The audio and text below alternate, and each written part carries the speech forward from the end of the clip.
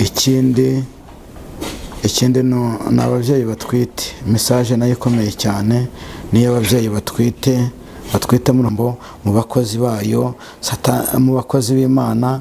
Satani aratanga ibitambo mu babyeyi batwite, Satani aratanga ibitambo mu mpanuka. Impanuka nuko ni make tukumye dusenge, kuko impanuka nakomeje kubona impanuka nyinshi. Make dukomeze dusenge kuko ntago byoroshye kuva muri uku kwezi kwa 8 kugeza mu kwezi kwa 12. Imana hamwe ngo mabwira ngo muhaguruke dusenge. N'utaze gusenga nawe yige gusenga kugira ngo ibintu biroroshye, ibintu birakomeye, ntago ari bya bindi. Kuko ibyo nabonye Satani arimo ateza akaga muri iyi si ni byinshi, ariko mube maso dusenge. Mfite uyu munsi nuko abantu bagomba gusenga cyane. Imana yambwiye ngo mbwira abantu basenge cyane kuko birakomeye ntago byoroshye. No gusenga cyane kugira ngo Imana ikomeze kuturengera. Turi mu bihe bya nyuma, birasaba ko tuba maso tugasenga, kandi tukaba maso impande zose. No kuba maso impande zose, tugasenga tukaba maso, kandi tukagira no kwizera. Tugomba kugira kwizera, tuzikizera ko Imana ishoboye byose. Imana rero ishoboye byose, ntabwo ishoboye ikintu kimwe. Imana yacu ishoboye byose. Nibyo ndiho mbabwira rero, ntabwo ndi bubatendere kuko muno mfite urugendo kandi ni kure.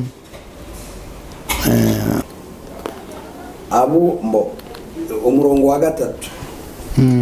Inzu y'Abaroni ivuga iti, yego, imbabazi ze zihoraho iteka ryose. Imbabazi ze zihoraho iteka ryose. Abubaha Uwiteka bavuge bati, imbabazi ze zihoraho iteka ryose. Imbabazi ze zihoraho iteka ryose. Ubwo nari mu mubabaro, nambaje Uwiteka. Uwiteka aranyitaba.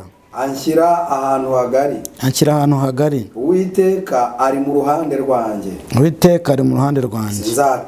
Sinzatinya. Umuntu yabasha kuntwara iki? Uwiteka ari mu ruhande rwanjye. Arantabara. Nicyo gituma nzabona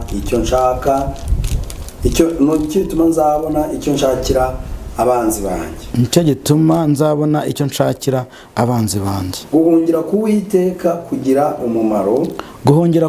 kugira umumaro. Kuruta kwiringira abantu.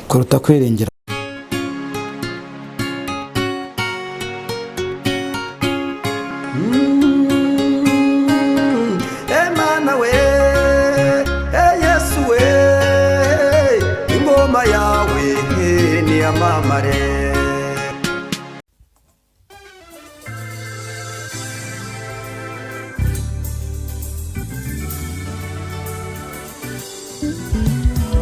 Siribi Studio ni igisubizo cyawe. Bahanzi, baririmbyi, namwe makorari mwifuza gukoresha indirimbo zanyu muri studio, ni mugane Siribi Studio tubakorere neza audio na video. Wifuza gukora live recording cyangwa se live, tugane tubigufashemo. Wowe ufite ubukwe ukaba ukeneye abagufatira amashusho n'amafoto yabyo neza, ntugire impungenge, gana Siribi Studio. Ibiciro byacu ntabwo bikanganye. Dukora mu mujyi wa Musanze ndetse no mu mujyi wa Gisoro muri Uganda. Akarusho kandi ku baririmbyi ushaka gukora indirimbo 3 wongezwa iya 4 ku buntu. Ukeneye ibindi bisobanuro hamagara 0788 97 81 Siribi Studio ni igisubizo cyawe. Reka tubasuhuze kandi tubifurize amahoro y'Imana umuherereye hose.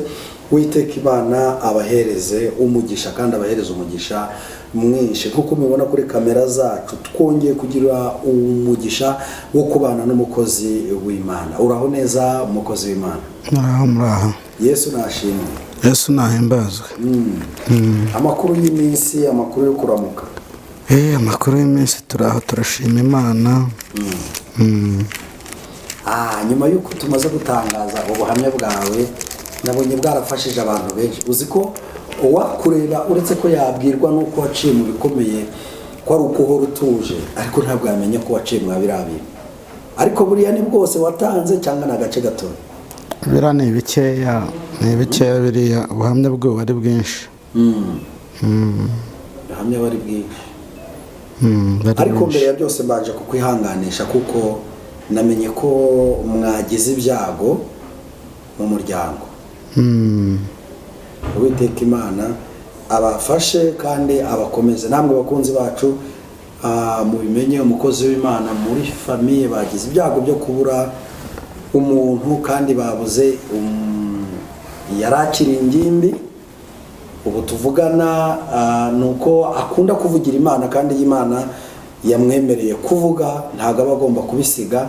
Niyo mpamvu rero yavuze ati ubwo nari mfite gahunda yo gutambutsa ivugabutumwa nanone ndabanza nditambutse mbere yo kujya gutabara, kandi mwamutabara kuko nicyo abera babereyeho ni ugufashanya muri uru rugendo. Hari icyaha nkoze mukozi w'Imana? Oya, ntacyo. Ubundi no mu muco wa Kinyarwanda cyangwa mu muco gutabara ni ngombwa kandi ni byiza. Buri wese rero ntawe uzi isaha nta n'uzi n'igihe, niyo mpamvu gutabara biba ari ngombwa. Ugatabara uwo ari wese wagize ibyago nubwo twabigeze, ariko n'undi wese wabigira nanjye namutabara. Nanjye wagira ibyago namutabara, ntabwo rero kuntabara cyangwa gutabara n'undi wese wagize ibyago ni byiza cyane. Ni byiza cyane gutabara, ni byiza. Gutabara ni byiza cyane. Reka rero noneho tukwihanganishe, tuvuge duti Imana ibakomeze kandi Imana ibane namwe. Mbere y'uko rero dutangira, abantu baraza kutwihanganira. Umukozi w'Imana nyine ntagira konje kandi bararirimba ngo no mu byago azaririmba. Nta cyamubuza rero gukorera Imana kuko umurimo ari gukora niwe yahamagariwe. Mbere y'uko dutangira ivugabutumwa ryacu ry'uyu munsi, reka ngusabe kugira ngo baze usenge Imana. Imana nziza, Imana yacu, Imana idukunda, Imana itureberera aho twe tutabasha kureba, ushoboye byose, ururangiza rwa burundu, komeza kutugira neza rero kandi ikiruta byose komeza kutwihanganisha mu mitima. Ndakwereka abababaye, ndakwereka Kristo, abampaye ibyifuzo bose, ndakwinginze databuja ngo bose databuja ubarengere, ubahagarareho. Ari abarwayi ubakize mu izina rya Yesu, ndetse mwamani n'abandi bafite ibindi byifuzo byose, ndakwinginze uhaze ukwifuza kwabo. Bagire neza rero, bakugeraho umugisha. Ngaho rero ndasenze kandi ndizeye kuri kumwe natwe, mu izina rya Yesu Kristo, amen. Reka rero tukwakire tugezeho icyo Imana yagutumye umunsi. Imana ibaho umugisha kandi Imana y'amahoro ibagirire neza. Message rero mfite uyu munsi ntabwo ndi bubatindire cyane. Message mfite nuko mugomba kuba maso. Ntabwo ndi butinde kuko mfite urugendo, ngiye mu rugendo, ngiye gushyingura. Twapfushije umuntu apfa mu buryo butunguranye, yaryamye bucya yapfuye, atanarwaye atanagize ate. Ntabwo byoroshye rero, niyo mpamvu tugomba guhora twiteguye ko ntawe uzi umunsi n'isaha n'igihe. Message rero mfite uyu munsi ni uko abantu bagomba gusenga cyane. Imana yambwiye ngo mbwire abantu basenge cyane kuko birakomeye, ntabwo byoroshye. Ni ugusenga cyane kugira ngo Imana ikomeze kuturengera.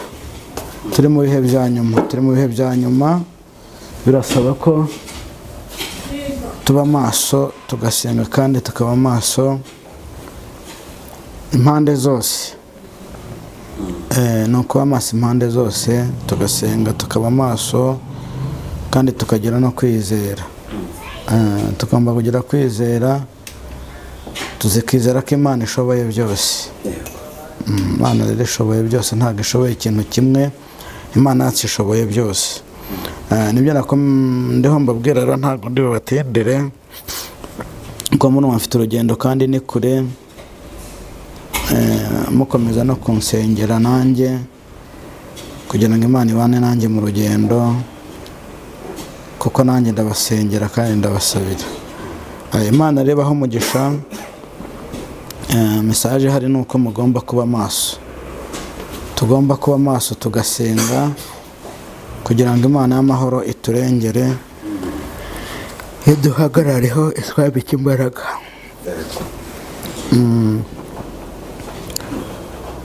Ni ukuba maso rero. Ubushize harakisi n'isi yose, gusa mugomba kuba maso, mugomba kuba maso, tukaba maso tugasenga. Indi message nanone ya cya gihugu cya Tanzania ni ukugisengera, kuko nkunda kubwira abantu ngo njye ntabwo nkunda kwisengera, buriya nayo mpamvu Imana inkunda. Iyo mbere yuko nisengera ndabanza nkanasengera n'abandi nabo bababaye, ntabwo ari byo babaye jyenyine, n'abandi barababaye. Rero nabo ngomba kubasengera kugira ngo Imana nayo ibagirire neza. Mube maso rero, tube maso dusenge. Ndumva message ari iyo ngiyo ari nayo y'ingenzi, ni ukuba maso tugasenga. Ikindi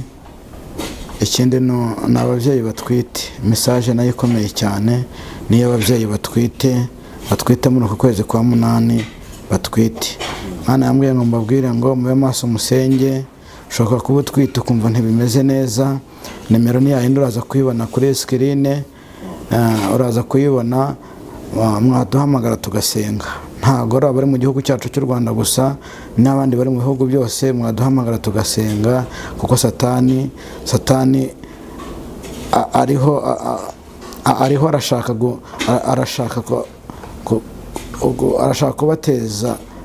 kubateza ibibazo kwa muganga muriho mubyara, kuko nta cyiza cye. Mube maso rero dusenge kugira ngo Imana y'amahoro ice inzira. Mukomere rero, tube maso dusenge, dusabirane kugira ngo Imana y'amahoro ikomeze irengera ababyeyi batwite. Indi message nayo ni iy'ingo.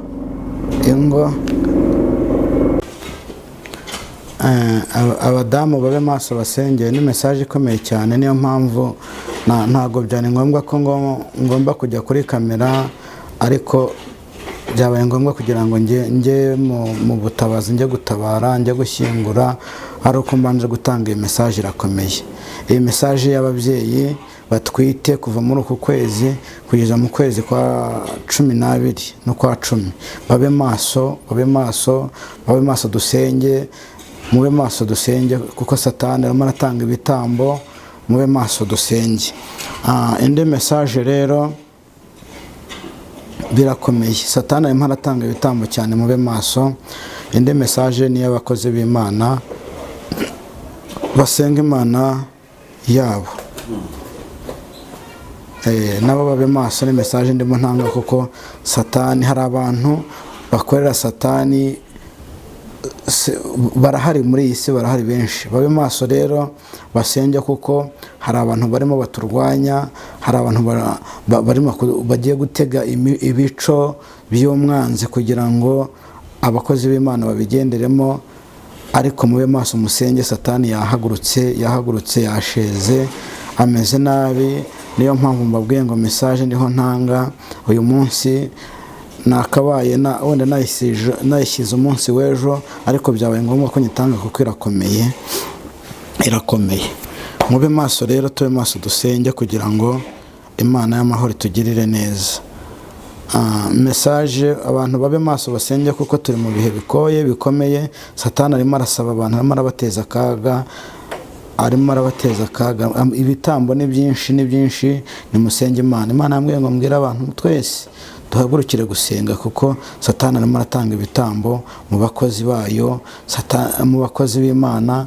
Satani arimo aratanga ibitambo mu babyeyi batwite, satani arimo aratanga ibitambo mu impanuka nuko ni make tukumye dusenge, kuko impanuka nakomeje kubona impanuka nyinshi. Make dukomeze dusenge, kuko ntago byoroshye kuva muri uku kwezi kwa 8 kugeza mu kwezi kwa 12. Imana yambwiye ngo mbabwire ngo muhaguruke dusenge, n'utaze gusenga nawe yige gusenga kuko turi mu bihe bikomeye. N'utaze gusenga yige gusenga. Nakomeje kubabwira ngo ntago mbarambira, sintinda rwose kuko mfite urugendo nababwiye, ariko mwihangane. N'utaze gusenga yige gusenga, n'utabizi azampamagare kuri iyi nomero yanjye. Nkunda kuyibwira abantu ni 0782 96 97 41 82 96 97 41. N'utaze gusenga mpamagare dusenge.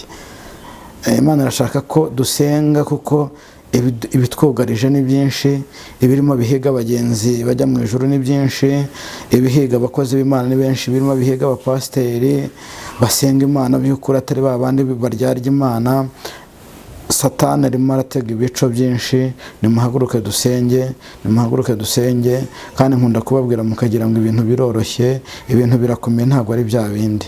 Kuko ibyo nabonye Satani arimo ateza akaga muri iyi si ni byinshi, ariko mube maso dusenge. Muntu wumvise iyi message ndakwinginze ngo ukomere usenge, ube maso usenge. Niba utaze gusenga umpamagare dufatanye dusenge kugira ngo Imana itugire neza, ibane natwe. Mube maso rero musenge. Satani arimo aratega ibicongera ngo murimo murumva mwana apfuye akiri mutoya, yaryamye mu gitondo bucya byarangiye.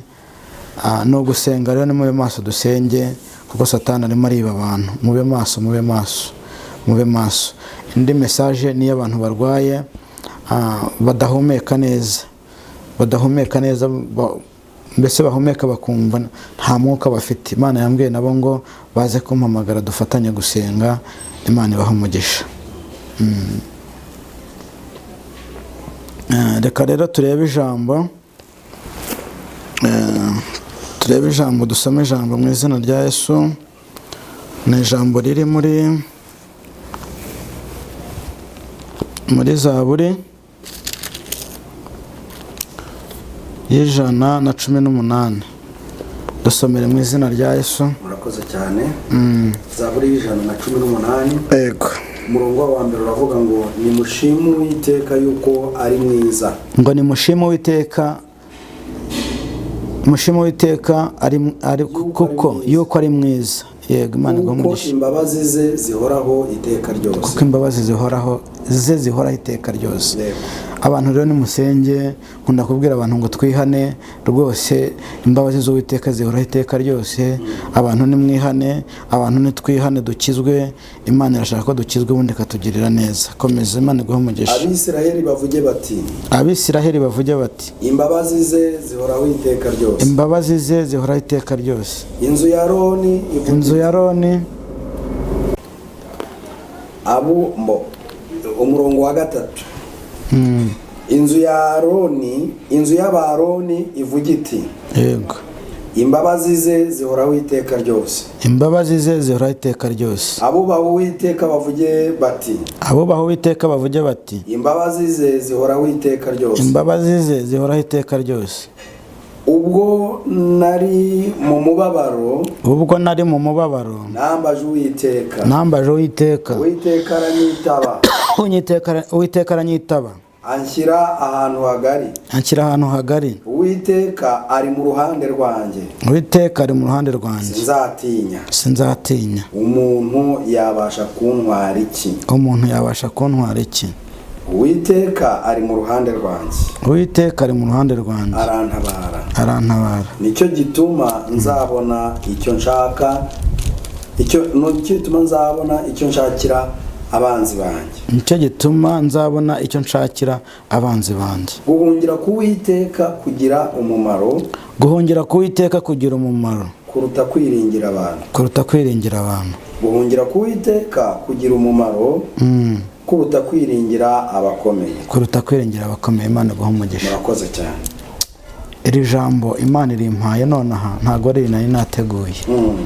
Imana irimpaye nonaha, ariko mureke abantu tube maso. Iyi Zaburi muyisome, muze kuyisoma.